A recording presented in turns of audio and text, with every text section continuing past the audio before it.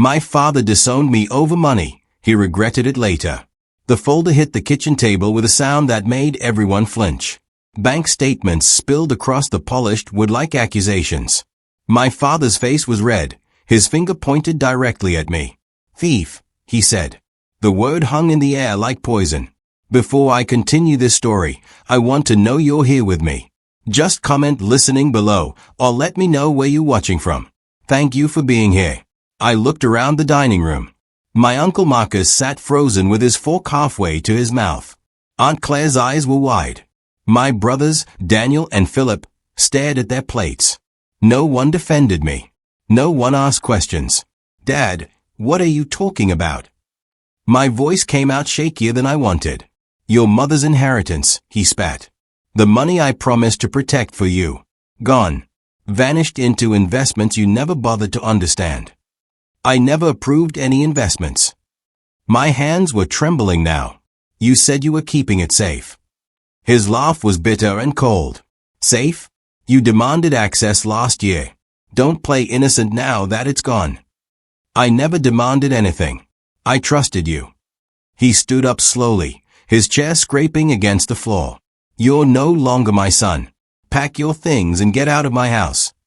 The silence that followed was suffocating. As I stood to leave, Aunt Claire touched my arm and whispered, "The paperwork he showed you isn't the full story." My phone started buzzing before I even reached my flat. Cousin after cousin, uncle after aunt, all with the same message. How could I do this to the family? Didn't I have any shame? My father had given me everything, and this was how I repaid him. I tried to explain, but no one wanted to listen. The narrative was already set. That evening, my father organized a family video call. I wasn't invited, but my brother Philip recorded it and sent it to me later. I watched my father, composed and sorrowful, tell everyone how I had tried to extort him, how I had threatened to destroy the family business if he didn't hand over money that wasn't mine. "I gave him every opportunity to make this right," my father said, his voice breaking perfectly. "But he chose greed over family." The comments in the family chat were brutal, disrespectful, ungrateful, entitled. I read them all, feeling my stomach twist with each word. He had controlled the narrative completely, and I had no defense. Then I checked my banking app to review my own records. My breath caught. There was a transaction from 3 months ago. £500,000, transferred to an investment account.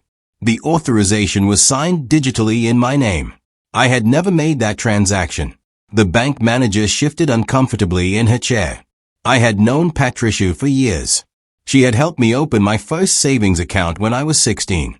"The authorization came through proper channels," she said carefully. "Digital signature, security verification, everything was in order." But I didn't sign it. I pushed my passport across the desk. Checked the dates. I was in Singapore for work that entire week. Patricia's face went pale as she pulled up the transaction details.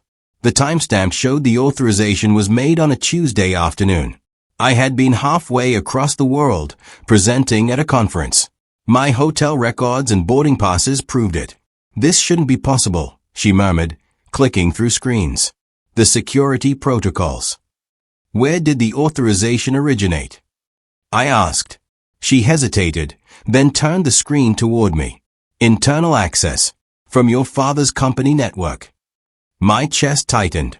This wasn't a simple mistake. Someone had deliberately impersonated me using sophisticated access. The fraud was calculated and professional. "I need copies of everything," I said. "Every document, every verification, every timestamp." Patricia nodded slowly. "I'll prepare the file. But you should know, this level of access suggests someone with significant technical knowledge and authority." As I left the bank, my phone buzzed with a message from an unknown number. "Check your email. You need to see this before it's too late." The email arrived from a throwaway address. Inside were 3 PDF files and a short message. "I worked in your father's accounts department until last month. What they did to you was wrong." My hands shook as I opened the first document. It was an internal memo from my father to his financial director. The subject line read Emergency Capital Solutions. The company was drowning. Debts I had never known about were listed in cold numbers. Supplier payments overdue by months. Tax obligations mounting. The business my father had built over 30 years was collapsing, and he had hidden it from everyone. The second document showed the transfer authorization for my inheritance. It had been processed through the company's accounts, routed through 3 different internal departments to obscure the trail. My digital signature had been copied from employment documents I had signed years ago when I briefly worked in the family business. The third document was the worst. It was a draft legal complaint, prepared but not yet filed. My father was planning to sue me for financial misconduct. He would accuse me of stealing from the company, of forging documents, of everything he had actually done. The whistleblower's final message was simple. He's going to bury you before you can speak. I'm sorry. I should have stopped it. I sat in my dark flat, staring at the screen. My father hadn't just stolen from me. He had planned to destroy me completely. The letter arrived in a thick cream envelope, the kind expensive solicitors use. I knew what it was before I opened it. Notice of legal action regarding financial misconduct and breach of fiduciary duty. My father had moved faster than I expected. The complaint accused me of misappropriating company funds, forging authorization documents, and attempting to extort money from family accounts. It painted me as a troubled son with financial problems and a grudge. The evidence listed was substantial. Emails I had supposedly sent. Authorizations with my signature. Witness statements from company employees who claimed to have seen me acting suspiciously. All of it fabricated, but professionally done. If this went to court, I would be ruined. My career in financial consulting would end. My reputation would be destroyed. Even proving my innocence would take years and cost more than I had. Fear washed over me in waves. For the first time, I understood how thoroughly my father had trapped me. Speaking out would look defensive. Fighting back would seem like guilt. Silence would be admission. I was reaching for my phone to call a solicitor when it rang. The caller ID showed a name I hadn't seen in years, Andrew Pemberton. My mother's lawyer. I heard your name mentioned in certain legal circles. His voice was calm and measured. I think we should meet. Your mother anticipated something like this. Andrew Pemberton's office smelled of old books and furniture polish. He was 70 now, silver-haired but sharp-eyed. He had handled my mother's estate when she died 5 years ago. Your mother was a careful woman, he said, sliding a leather folder across his mahogany desk. She loved your father, but she knew his weaknesses. Pride, desperation, the inability to admit failure. Inside the folder were documents I had never seen. Trust agreements, audit protections, oversight requirements. When your mother left you that inheritance, she didn't leave it to your father to manage, Andrew explained. She created a protective trust with specific conditions. Any transfer over £50,000 requires independent verification. Any investment decision requires documented beneficiary approval. But the money's gone, I said. He moved it anyway. He violated the trust terms, Andrew replied. Which means 2 things. First, the transfer is legally invalid. Second, his actions trigger an automatic review clause. He pointed to a section highlighted in yellow. Your mother included this specifically. If the trustee acts against the beneficiary's interests, an independent financial audit of all related accounts begins immediately, including his company. I stared at him. She knew he might do this. She hoped he wouldn't. But yes, she prepared for it. Andrew leaned back in his chair. The question is, do you want to activate the protection? What happens if I do? Everything your father has done with trust funds will be examined. Every transaction, every authorization, every document. If fraud is discovered, he faces serious consequences. I thought about the legal papers threatening to destroy me. About the family who believed his lies. About my mother's final gift, protection I hadn't known existed. Activate it, I said. My phone stopped ringing after 3 days.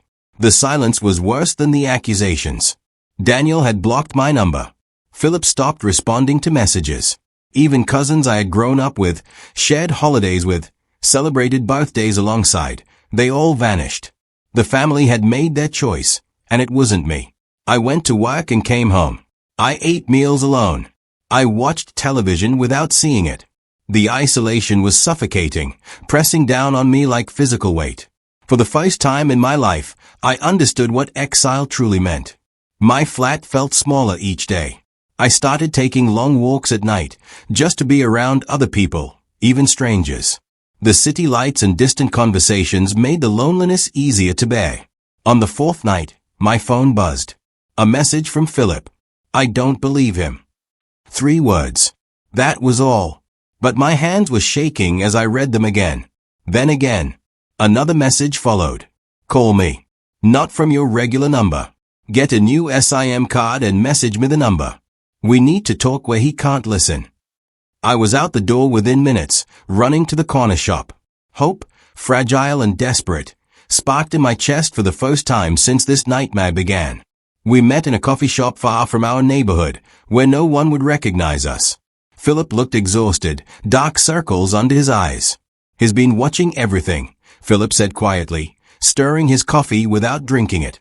Our phones, our emails, even our conversations at home. He's paranoid you're trying to turn us against him.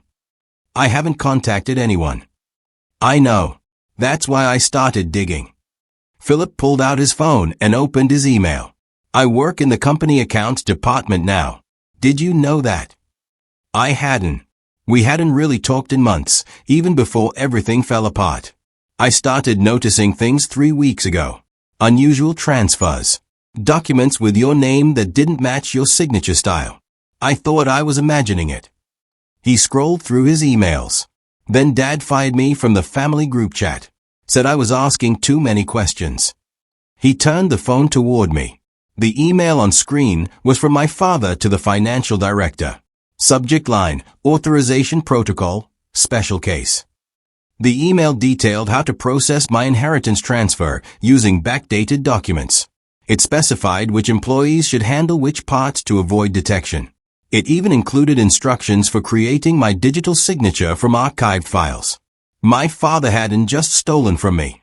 He had orchestrated it with cold precision. There's more, Philip said, switching to another email. He mentioned a second account. Offshore. I think he's been moving company funds there for months. I looked at my brother. Why are you helping me? Because you're my brother, he said simply. And because what he did was wrong.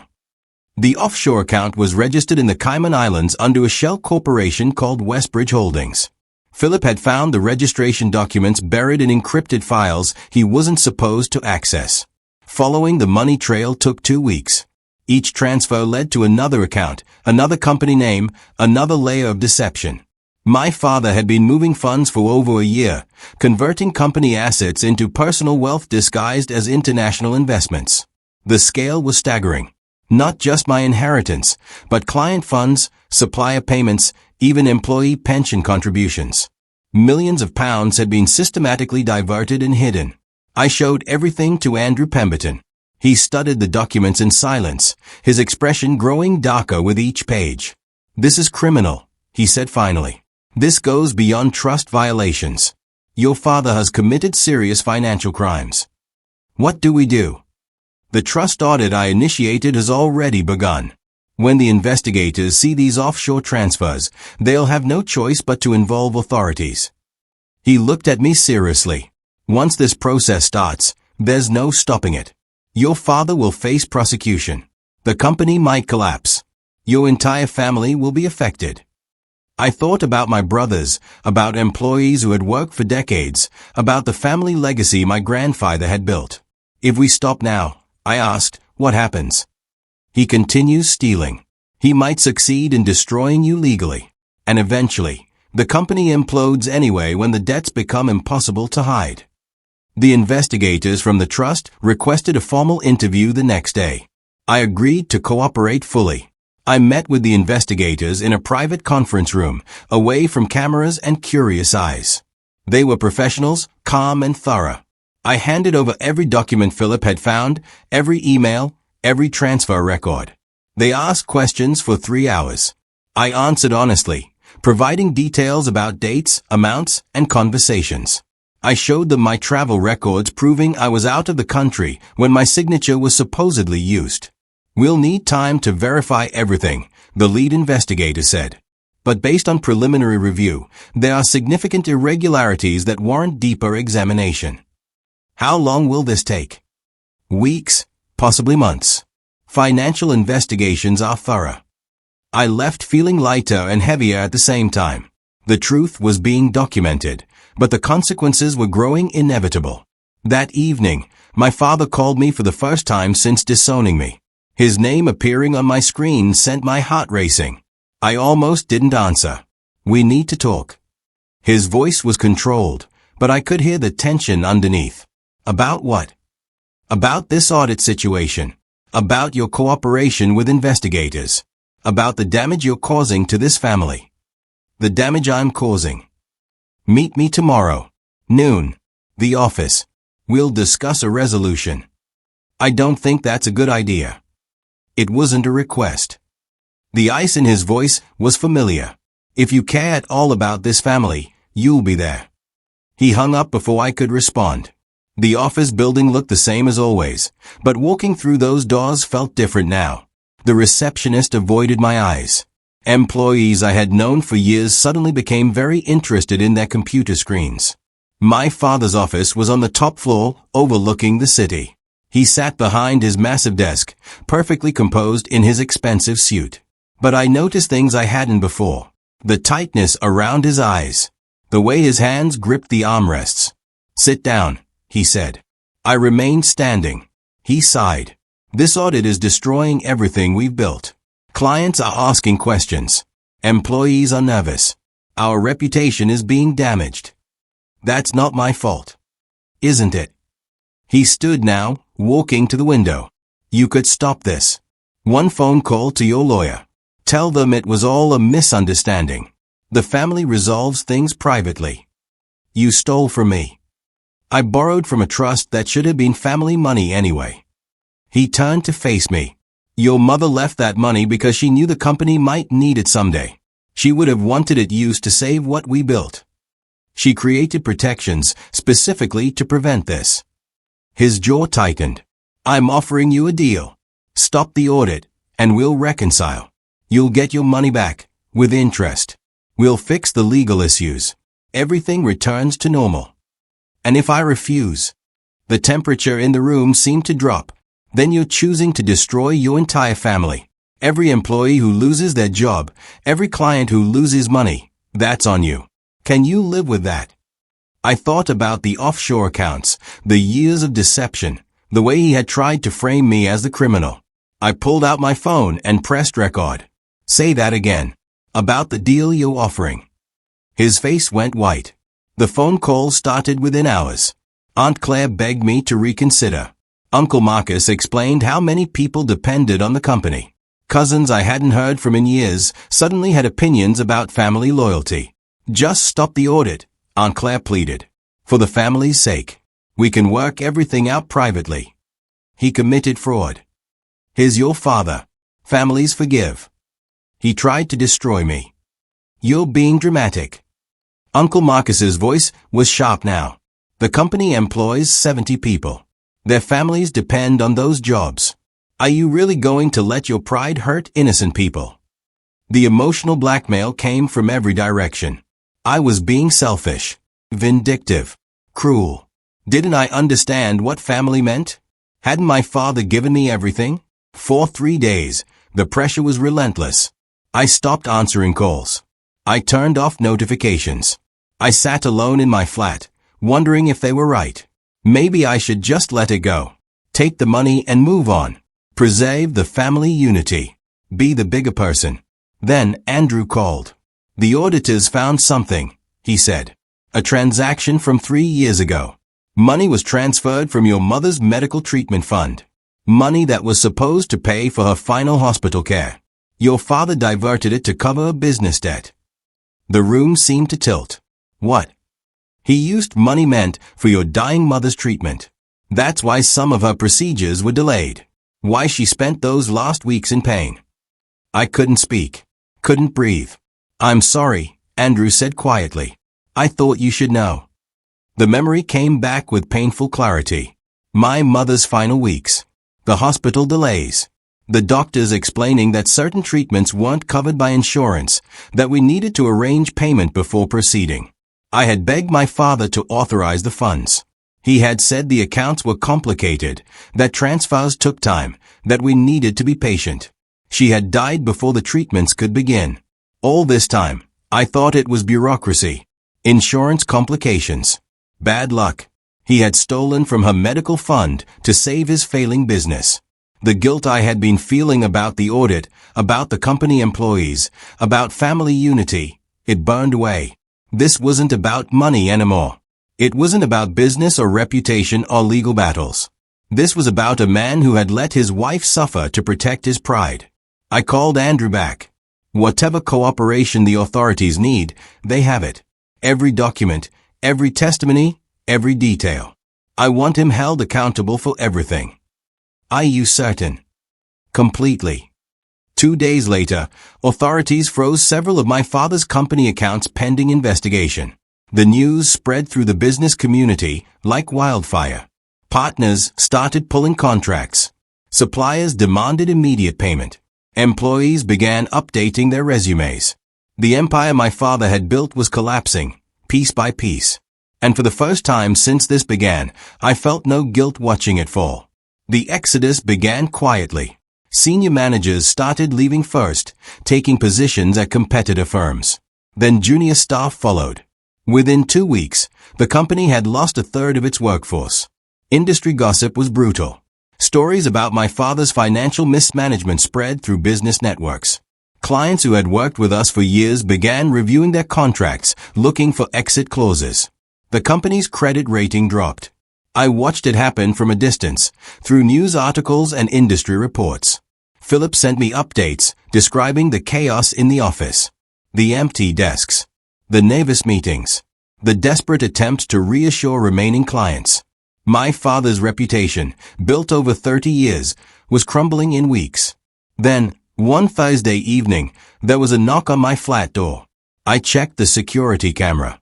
My father stood in the hallway, looking smaller somehow, older. I almost didn't open the door. But something in his posture, the way his shoulders sagged, made me hesitate. I opened the door, but didn't invite him in. Can we talk? His voice was rough, tired. You sued me. You tried to destroy me. I know. He looked at his shoes. I know what I did. All of it. We stood in silence for a moment. I'm losing everything, he said finally. The company, the reputation, the respect. Everything I built is disappearing. You did this to yourself. I know that too. He looked up at me then, and for the first time, I saw genuine fear in his eyes. But there might be a way to save some of it. To protect the employees, at least. I need your help. We sat across from each other in my small living room. The space felt too intimate for this conversation. I made tea neither of us drank. The company can be saved, my father said. The business model is sound. The client relationships, most of them, are still salvageable. But it needs restructuring, new management, transparent finances. And you want me to help arrange that. I want you to lead it. He leaned forward. The board trusts you.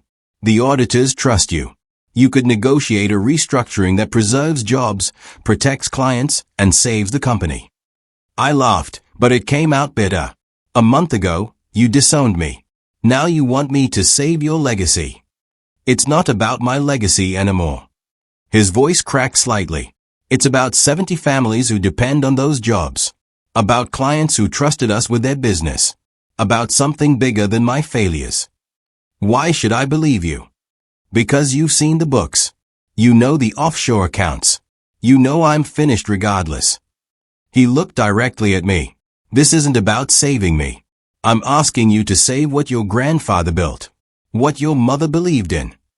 The manipulation was still there, I realized. Even in defeat, he was trying to control the narrative. But beneath it, I saw something I hadn't expected. Genuine desperation. Not for himself, but for something beyond himself. If I did this, I said carefully, it would be on my terms. Complete transparency. Independent oversight. And you would have no authority. His face went pale. You want me to step down? Completely. You would resign from the board, relinquish all management roles, and have no involvement in financial decisions. For a long moment, he didn't speak. I watched emotions play across his face, pride warring with practicality, ego battling survival. Finally, he nodded. The restructuring negotiation took 3 weeks. I worked with the auditors, the company board, and business consultants to design a plan that could actually work. The proposal was straightforward. My father would resign from all positions. I would assume interim directorship with independent board oversight. The offshore accounts would be returned to company funds. All debts would be transparently documented and addressed through a managed repayment plan. Most importantly, employees would be protected. No immediate layoffs. No pension seizures. Their futures would be secured even if the company had to operate at reduced capacity for years. The day my father signed the papers, his hands shook. He was 62 years old, and in one moment, he was surrendering the empire he had spent his life building. I felt no triumph watching him sign. Only a deep, heavy sadness for everything that had been lost. The trust. The relationship. The years we could never get back. This is better than prison, the lead auditor had told me privately. If he cooperates fully, if everything is returned, criminal charges might be avoided. Might be. No promises. My father handed me the signed documents without meeting my eyes. The company is yours now, he said quietly. It's not mine. It belongs to its employees and clients. He nodded slowly, stood, and walked toward the door. At the threshold, he paused. Your mother would be proud of you. I should have been too. Then he was gone.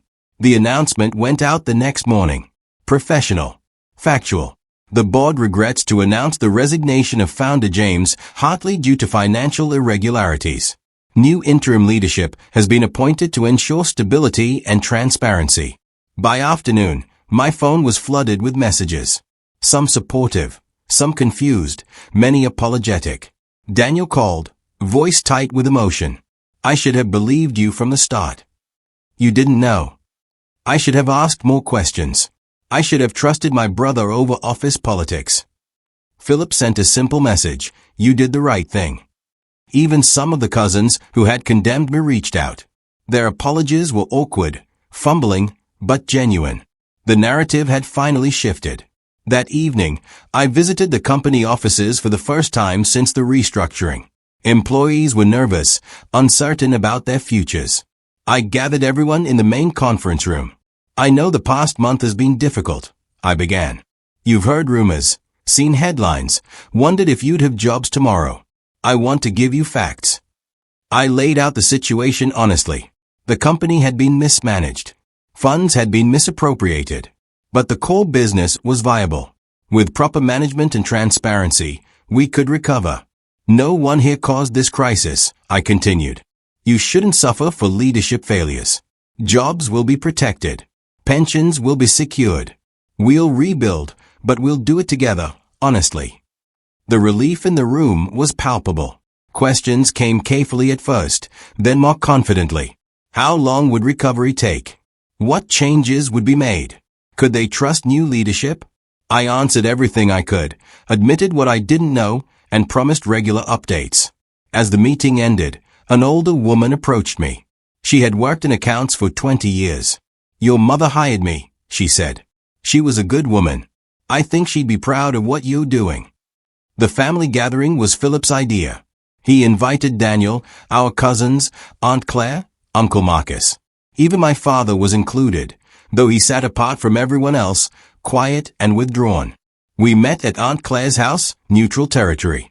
The atmosphere was tense, everyone unsure how to navigate this new reality. Daniel spoke first. We owe you an apology. All of us. You believe Dad, I said. That's natural. It wasn't natural. It was cowardly. Daniel's voice was firm.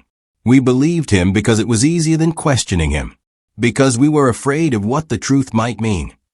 Others nodded, some looking at my father uncomfortably. I spent years watching him take credit for other people's work, Philip added. Watching him manipulate situations to maintain control. I told myself it was just his management style. I was wrong. One by one, family members shared stories. Times my father had lied to protect his image. Money he had borrowed and never repaid. Promises he had broken. Years of resentment that had been buried beneath the facade of family unity. My father sat through it all, saying nothing. His face was gray, exhausted. For the first time, I saw him not as the powerful patriarch, but as a man who had built his life on illusions that were finally collapsing. When everyone had spoken, silence filled the room. Then my father stood slowly. "I have no defense," he said, his voice barely above a whisper. "Everything you've said is true. I built my authority on fear and manipulation. I prioritized image over integrity. I hurt everyone in this room, but especially my son." He looked at me directly. "I stole from you. I lied about you. I tried to destroy you to save myself. There's no apology adequate for that." His voice broke on the last words. The restructuring announcement made regional news. Business journals covered it as a cautionary tale about family business governance. My name appeared in headlines, "Son saves company after father's fraud." The attention was uncomfortable but necessary. Transparency was essential for rebuilding trust. I gave interviews, answered questions, and never deflected blame from where it belonged. Clients began returning cautiously. Some wanted proof of the new financial controls. Others wanted to meet me personally, to assess whether the company was worth trusting again. Each meeting was a negotiation, a careful dance of demonstrating competence without arrogance. Employees gradually relaxed as paychecks arrived on time, as promised improvements actually materialized, as the chaos settled into routine. My phone became manageable again. The flood of messages became a trickle. Some were supportive. Many were apologetic. A few were still accusatory, people who preferred the original narrative where I was the villain. Then a journalist from a business magazine published a detailed investigation. She had interviewed employees, reviewed court documents, and traced the offshore accounts. Her article cleared my name completely, documenting the fraud with precision that left no room for doubt. The piece went viral in business circles. My inbox filled with job offers, consulting opportunities, speaking invitations. My reputation, which my father had tried to destroy, was now stronger than ever. But vindication felt hollow. I had won, but the victory came at tremendous cost. The family was fractured. The company was wounded. My father was broken. That evening, my father's lawyer called. "He wants to meet with you privately. No lawyers, no family, just you and him." We met at a small cafe far from anywhere we might be recognized. My father looked older than his 62 years. His expensive suit hung loose on his frame. His hair, always perfectly styled, was disheveled. He didn't make excuses. Didn't try to justify. He simply told me the truth. "I was terrified," he began. "The business started failing 3 years ago. I made bad investments, trusted wrong partners, let pride override strategy. Instead of asking for help, I hid it. Why? Because admitting failure felt like admitting I had wasted my life." He stared at his coffee. "Your grandfather built this company from nothing. I inherited something great and I was destroying it. That shame was unbearable. So you stole from me instead." I told myself it was borrowing, that I'd pay it back, that it was family money anyway, meant to support the family business. He looked up, eyes red. But I knew. Every time I transferred funds, every time I forged documents, I knew exactly what I was doing. "You used Mom's medical money." His face crumpled. "That's the part one can't forgive myself for. I thought the business crisis was temporary. I thought I'd fix everything in time. But delays kept happening, and she kept getting worse, and I kept telling myself just one more week, just one more problem solved. She died because of you." "I know." Tears ran down his face now. "I know, and that knowledge destroys me every single day." We sat in silence. Around us, normal people lived normal lives, oblivious to the weight of this conversation. "Can you ever forgive me?" he asked finally. I thought about forgiveness, about what it meant, what it required. "I can forgive you," I said slowly. "But forgiveness doesn't mean trust. It doesn't mean things go back to how they were." My father nodded, wiping his eyes. You'll have a role in the family, I continued. You're still my father, still Daniel and Philip's father. We won't cut you out completely. But the financial control, the business authority, the assumption that you know best, that's over. Permanently. I understand. You'll attend family gatherings as a guest, not a patriarch. You'll offer advice if asked, but you won't make demands. You'll rebuild trust through actions, not words. And that will take years. I'll do whatever it takes. Will you? I leaned forward. Because this isn't about grand gestures or dramatic apologies. It's about consistent, humble behavior when no one's watching. Can you actually do that? He was quiet for a long moment. I don't know, he admitted. My whole life has been about control and image. Letting that go feels like losing myself. Maybe the self you built needed to be lost. The words hung between us. Hard truth, but necessary. I'll try, he said finally. I'll fail sometimes. My pride will resurface. My need for control will tempt me. But I'll try. I pulled out a document I'd prepared. These are the terms. Written clearly, so there's no confusion. No access to company finances. No authority over business decisions. Regular family therapy sessions. Complete transparency about any financial activities. He read it slowly, thoroughly. Then, without hesitation, he signed. Thank you, he said softly, for not giving up on me completely. I'm not doing this for you. I'm doing it because complete estrangement helps no one. But don't mistake this for absolution. You'll spend years earning back what you destroyed. He nodded, accepting the weight of that reality. 6 months later, the company's financial report showed positive trends for the first time in 3 years. Revenue was growing. Client retention had improved. Employee morale was measurably higher. I stood in the office my father once occupied, looking at the city below. The space had been redecorated, made more open and transparent. The massive desk was gone, replaced with a simple table for collaborative meetings. Philip had been promoted to Chief Financial Officer.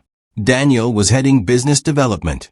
Together, we were rebuilding something more honest than what had existed before. My father attended the quarterly family dinner Philip organized.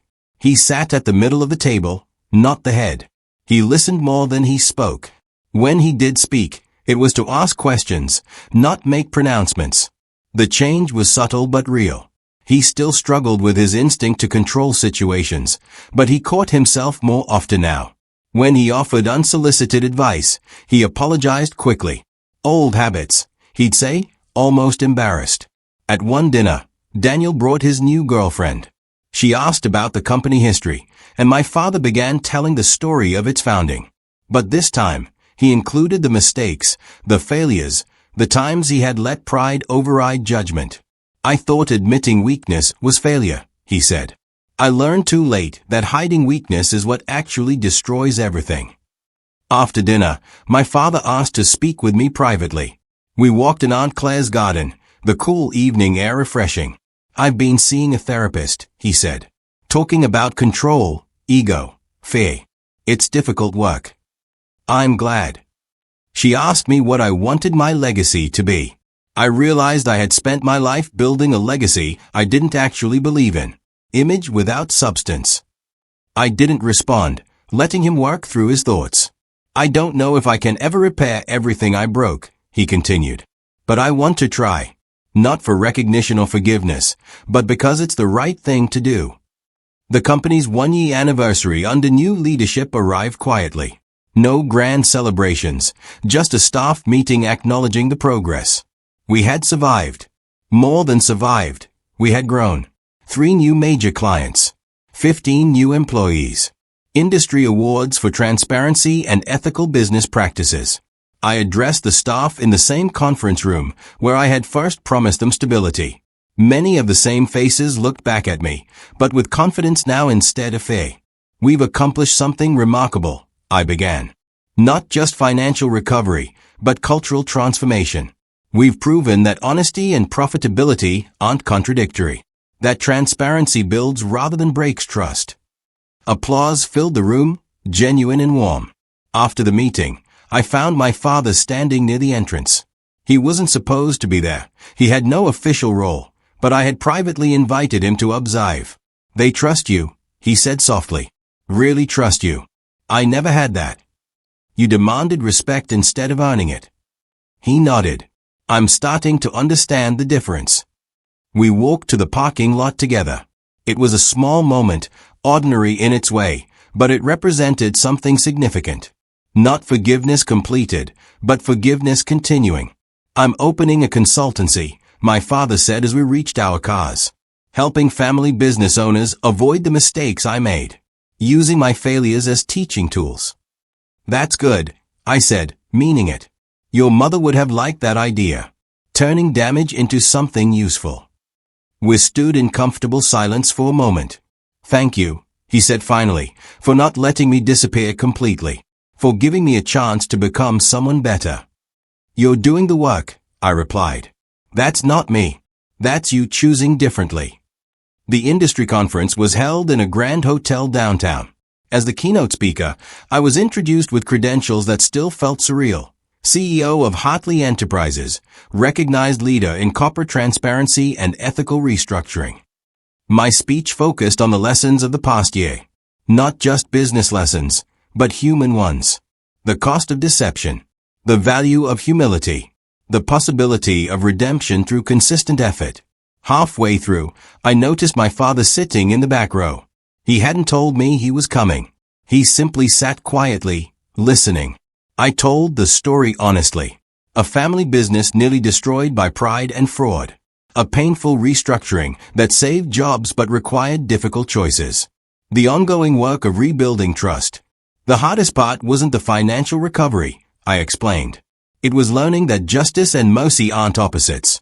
That holding someone accountable and offering them a path forward can coexist.